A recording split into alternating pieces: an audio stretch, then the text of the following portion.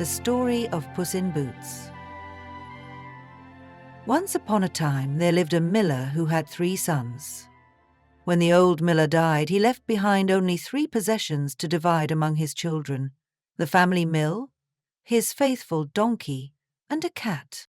The eldest son quickly claimed the mill. "This will provide me with a steady income," he said proudly. The middle son chose the donkey. "This strong animal will help me carry goods to market," he declared. This left the youngest son with nothing but the cat. Looking down at the feline, he couldn't help but feel cheated. "What terrible luck," he sighed later that evening, sitting alone in his small room. "My brothers can work together and make a good living, but what can I do with just a cat? Once he's gone, I'll have nothing but his fur to make mittens, and then I'll surely starve." The cat, who had been listening from his spot by the fireplace, stood up and stretched. To the young man's surprise, the cat spoke in a clear, confident voice. "Don't look so gloomy, master," said the cat. "I'm actually worth much more than you think. If you could just provide me with a sturdy bag and have a pair of boots made for me, I'll show you that your inheritance isn't as worthless as it seems." The young man was skeptical. True, he had seen the cat perform some impressive tricks, hanging upside down to catch mice or playing dead in the flour bin to ambush rats. But how could a cat, even in boots, possibly improve his situation? Still, with nothing to lose, he used his last coins to buy the items. And he called the cat Puss in Boots. Once Puss had pulled on his new boots and slung the bag around his neck, he set off toward the nearby forest. Finding a clearing where rabbits often gathered, he filled his bag with fresh greens and bran, opened it wide, and then lay down perfectly still, pretending to be dead. Soon, a curious young rabbit hopped over to investigate. The moment it poked its head into the bag, Puss yanked the drawstrings tight and captured it. With his prize secured, Puss marched straight to the royal palace.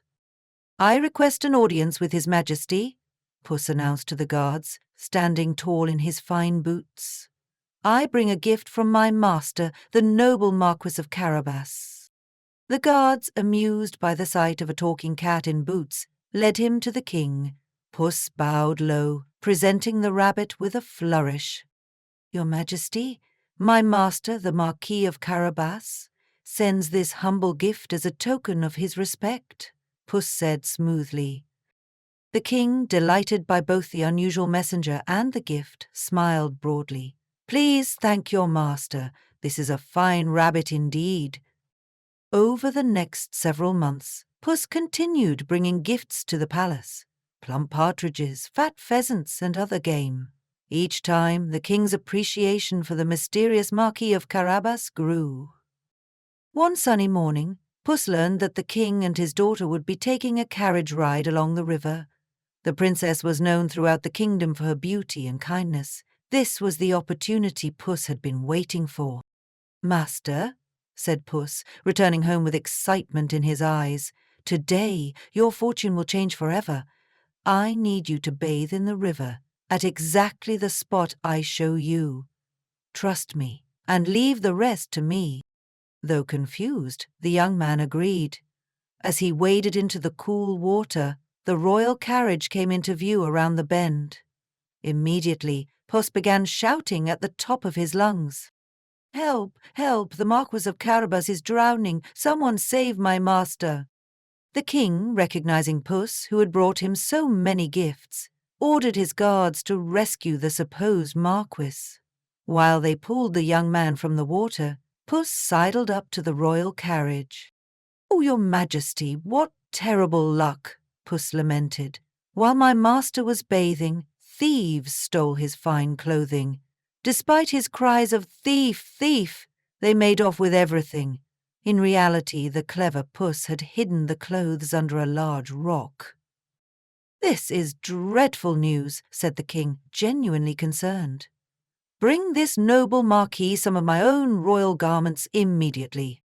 Soon the young man was dressed in the finest clothes he had ever worn. The fabrics were soft and the cuts were perfect, making him look truly noble. The princess couldn't help noticing how handsome the marquis appeared, and she smiled shyly at him. "Please, Lord Marquis," said the king, "join us in our carriage for the remainder of our drive."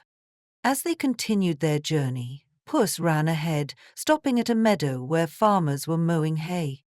"Good people," Puss called out, "when the king passes by and asks whose meadow this is, you must say it belongs to the Marquis of Carabas.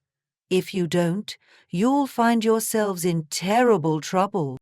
Frightened by Puss's threatening tone, the farmers agreed. When the king's carriage rolled by moments later, the king called out, "Who owns this fine meadow?" "The Marquis of Carabas, your majesty," the farmers replied in unison.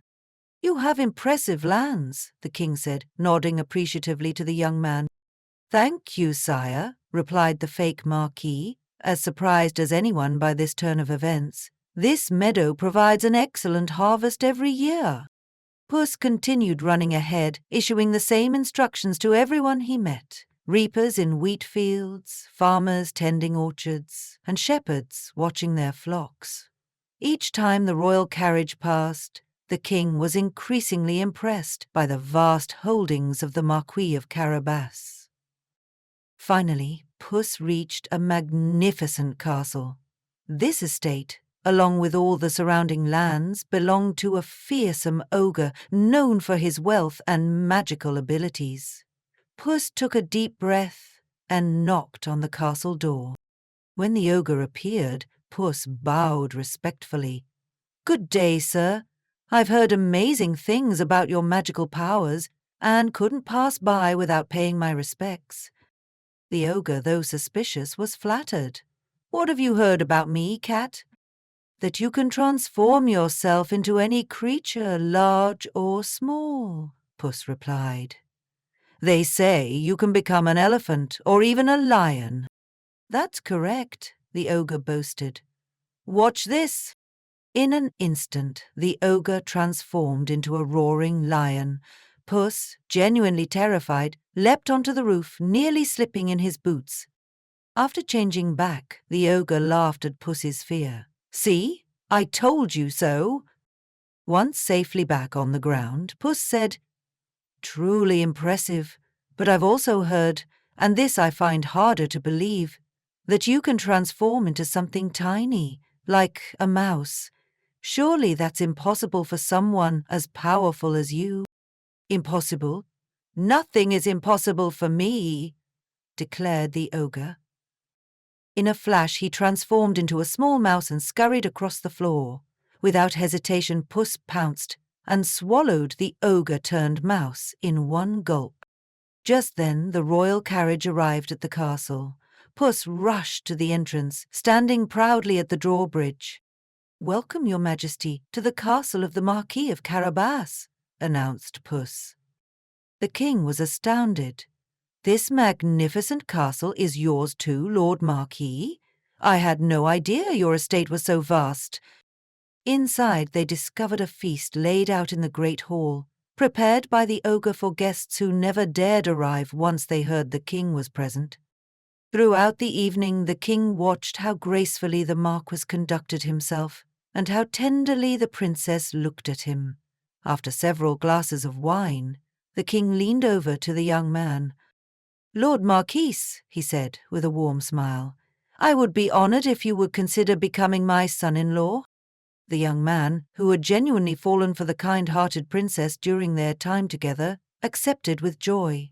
The wedding took place that very day, with celebrations lasting well into the night. As for Puss, he became a respected advisor in the royal court. Though he no longer needed to hunt mice for survival, he occasionally did so, just for fun. And so, through cleverness and determination, a simple cat in boots transformed a miller's son into a prince, proving that with ingenuity and courage, anyone can change their destiny. Thank you for listening, and I hoped you liked this story.